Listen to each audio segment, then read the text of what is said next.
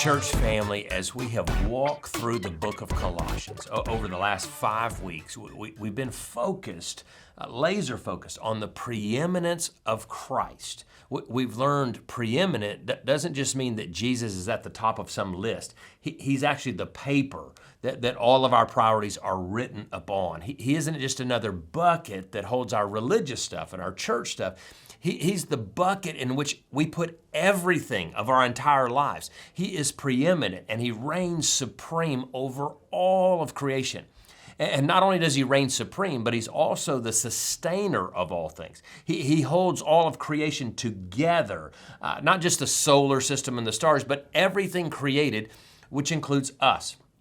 Acts 17 says that in Christ we live and move and have our being. Pretty much all of life, right? Live and move and have our being. Without him, we would be nothing. But in Christ, we have life, abundant life, a life filled with joy and peace and confidence and in God's love for us.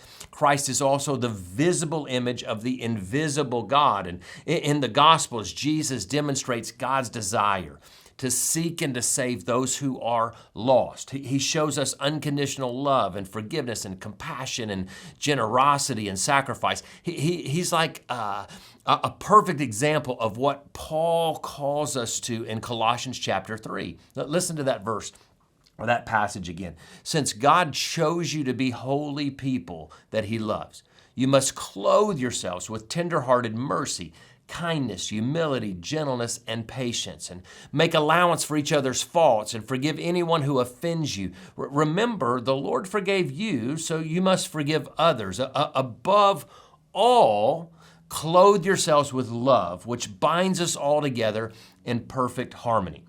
And let the peace that comes from Christ rule in your hearts. For as members of one body, you are called to live in peace and always be thankful. Through his own blood, Jesus purchased our peace with God, which has provided us with freedom. We are set free from the old sinful nature. We're free from the demonic forces.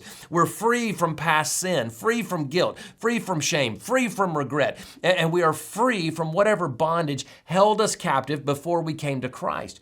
Christ's preeminence has delivered us from our past and given us complete freedom to live a new life in Jesus Christ. In the last 5 weeks, we've looked at Christ's preeminence, his supremacy, his majesty, his power, his authority. We've seen him not only as man, but as God himself. And as God, he has preeminence over our lives.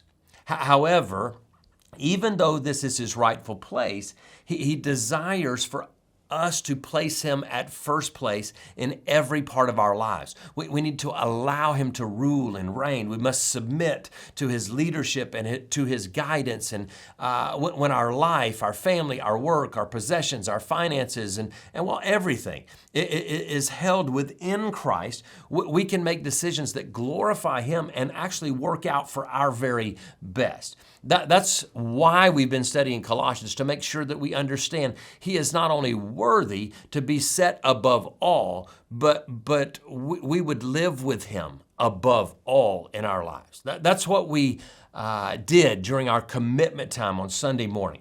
And if you missed the opportunity to turn in your commitment card, you can do it digitally at battlecreekchurch.com/all-in, battlecreekchurch.com/all-in. And before you begin your group discussion time, I want to pose 3 questions tonight for you to discuss. First question is this: what has your greatest challenge to ensure that Christ is preeminent or above all in your life? What's been your greatest challenge to make sure he's above all in your life? So second question is this: in what new ways has Jesus challenged you to trust him in making your all-in commitment? And then finally, I want you to talk about this. When you think about all that we've been able to do this past year as a church because of All In, how does that make you feel that your generosity will eternally impact others?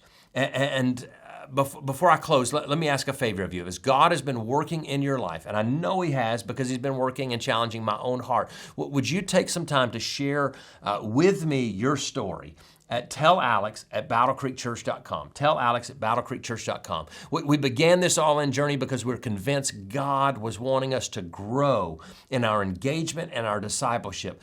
So in your group today, take time to share your story and don't forget to email it to me. I love you. God bless you. I'm praying God's best on you and for you. See you soon.